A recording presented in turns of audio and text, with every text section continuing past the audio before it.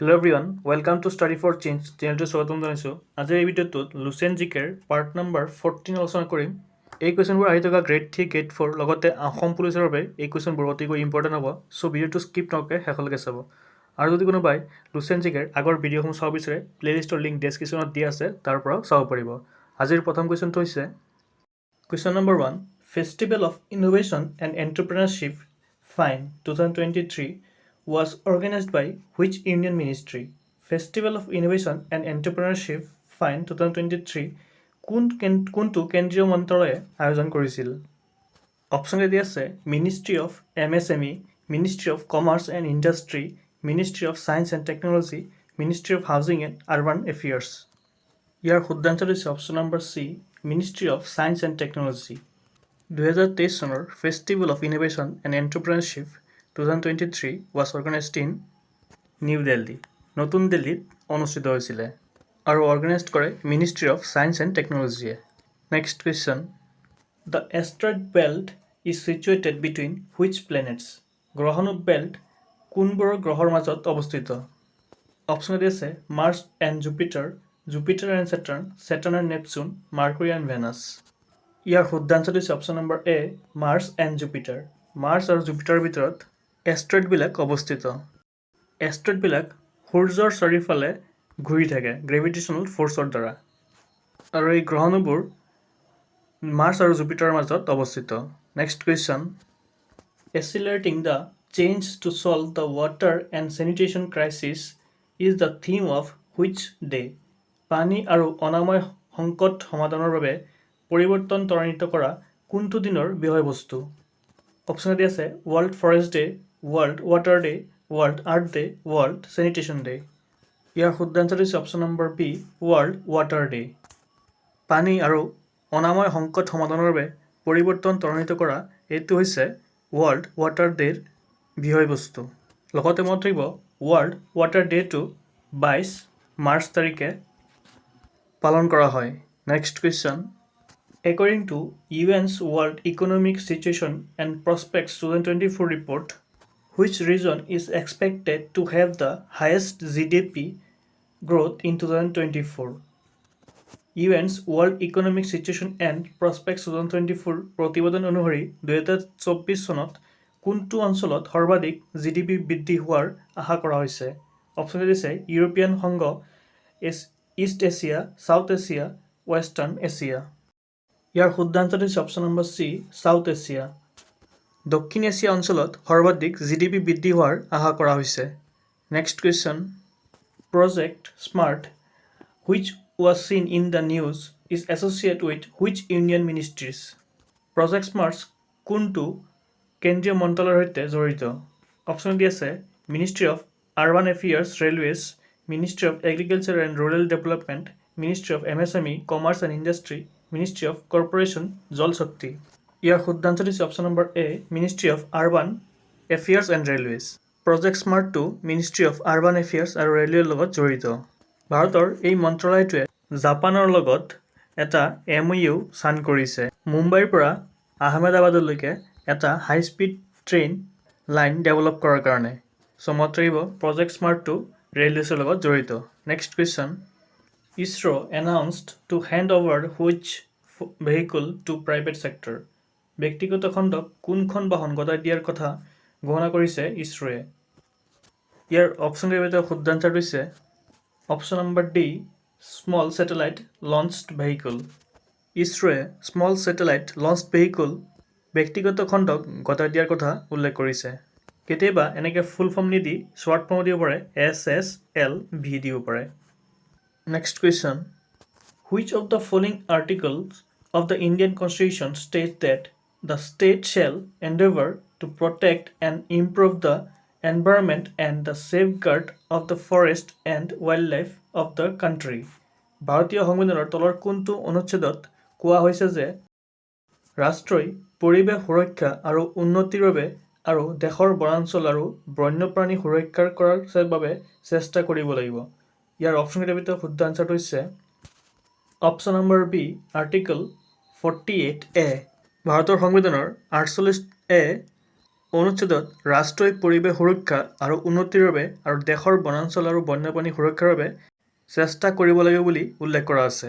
Next question, which of the following are the examples of fluorinated gas? তলৰ এই তিনিটাৰ ভিতৰত কোনটো ফ্ল'ৰনেটেড গেছ বুলি সুধিছে ইয়াত। অপশ্যন দি আছে hydrofluorocarbons, perfluorocarbons, sulphur hexafluoride. Select the correct option from the codes given below'. Fluorinated gas হৈছে মেন মেড গেছ। মনত ৰাখিব, এই গেছবোৰ মানুহে বনোৱা। এই ফ্ল'ৰনেটেড গেছবোৰ বায়ুমণ্ডলত বহু বছৰ থাকিব পাৰে আৰু গ্ল'বেল ৱাৰ্মিং কৰে। ইয়াৰ শুদ্ধান্ত দিছে option number D 1 and 2 and 3। এই তিনিওটা মেন মেড গেছ মানে fluorinated gas. Next question, what is Armado recently mentioned in the news? শেহতীয়াকৈ বাতৰিকাকতত উল্লেখ কৰা আৰ্মাডো কি? অপশ্যন দিছে electric vehicle, ballistic missile, satellite, armoured light specialist vehicle. ইয়াৰ শুদ্ধান্ত দিছে option number D armoured light specialist vehicle. Armado হৈছে এখন গাড়ী আৰু এইখন মহিন্দ্ৰা এণ্ড মহিন্দ্ৰা কোম্পানীয়ে বনাইছে ইণ্ডিয়াৰ আৰ্মীৰ কাৰণে। Next question, who are the primary targets of the PM young achievers scholarship award scheme PMSSB recently seen in the news? শেহতীয়াকৈ বাতৰিকাকতত দেখা পোৱা PM young achievers scholarship award scheme PMSSB প্ৰধান লক্ষ্য। ইয়াৰ শুদ্ধান্ত দিছে option number B students from all social backgrounds. Next question, which article of the Indian constitution states the right of the minorities to establish and administer educational institutions? ভাৰতীয় সংবিধানৰ কোনটো অনুচ্ছেদত সংখ্যালঘু লোকসকলৰ শিক্ষানুষ্ঠান স্থাপন আৰু পৰিচালনাৰ অধিকাৰ উল্লেখ আছে? অপশ্যন দিছে আৰ্টিকল 30, আৰ্টিকল 14, আৰ্টিকল 19, আৰ্টিকল 61। ইয়াৰ শুদ্ধান্ত দিছে অপশ্যন নম্বৰ এ আৰ্টিকল 30। অনুচ্ছেদ 30ত সংখ্যালঘু লোকসকলৰ শিক্ষানুষ্ঠান স্থাপন আৰু পৰিচালনাৰ অধিকাৰ উল্লেখ কৰা আছে। Next question, which among the following virus is also' called as hit and height virus? তলৰ কোনটো ভাইৰাছক হিট এণ্ড হাইট ভাইৰাছ বুলিও কোৱা হয়? ইয়াৰ অপশ্যনৰ বাবে শুদ্ধান্ত দিছে option number A RSV virus, respiratory syncytial virus. এই ভাইৰাছটোক হিট এণ্ড হাইট ভাইৰাছ বুলি জনা যায়। Next question, who are the recipients of the Indira Gandhi peace prize 2022? 2022 চনৰ ইন্দিৰা গান্ধী শান্তি বঁটা কোনে লাভ কৰিছিল? ইয়াৰ অপশ্যনৰ ভিতৰত শুদ্ধান্ত দিছে option number A IMA and train nurses association of India.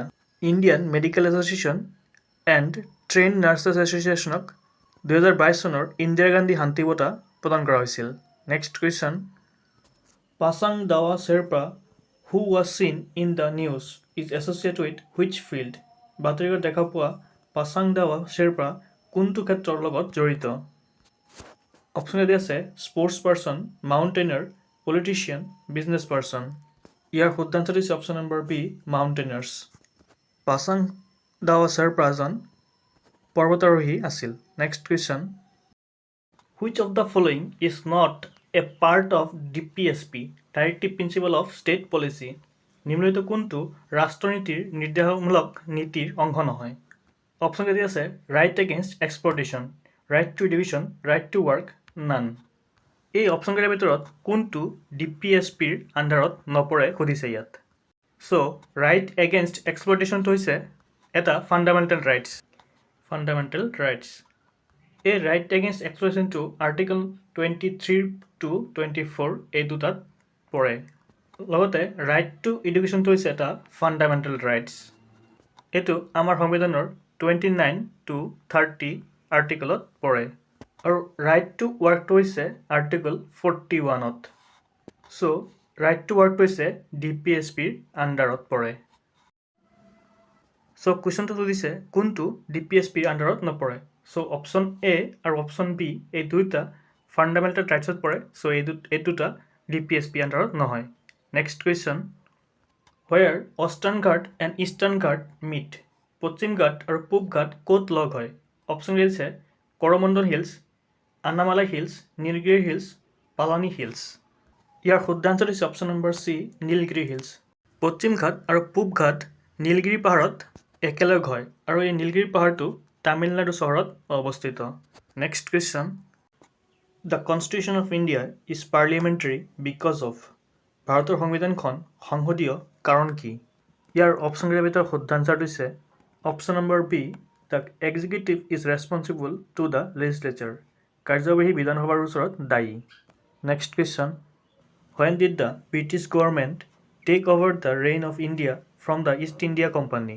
East India Companyৰ পৰা কেতিয়া ব্ৰিটিছ চৰকাৰে ভাৰতৰ ৰাজত্ব নিজৰ অধীনলৈ লৈ গৈছিল অপশ্যন আছে 1858 lord Canning 1833 William Bentinck 904 lord Curzon 1919 lord Chelmsford ইয়াৰ শুদ্ধ আনচাৰ হৈছে অপশ্যন নম্বৰ এ 1858 লৰ্ড কেনিঙৰ দিনত ইষ্ট ইণ্ডিয়া কোম্পানীৰ পৰা ব্ৰিটিছ চৰকাৰে ভাৰতৰ ৰাজত্ব নিজৰ অধীনলৈ লৈ গৈছিল next question which of the following cheese is without a কষ্ট লাইন নিম্নলিখিত কোনখন সাগৰত উপকূল নাই অপশ্যন এ আছে Sargasso Sea Mediterranean Sea Black Sea Sea of Azov ইয়াৰ শুদ্ধ আনচাৰটো হৈছে option number A Sargasso Sea Sargasso সাগৰৰ এখনো উপকূল নাই এই সাৰ্গাছ সাগৰখন ইউনাইটেড নেশ্যন অফ আমেৰিকাত অৱস্থিত এই সাৰ্গাছ সাগৰখন আটলাণ্টিক অ'চিয়ানৰ পৰা ওলাইছে আৰু এইখন আমেৰিকাত অৱস্থিত আজিৰ এইকেইটা কুৱেশ্যন আছিলে যদি আপোনালোকৰ ভিডিঅ'টো চাই ভাল লাগিছে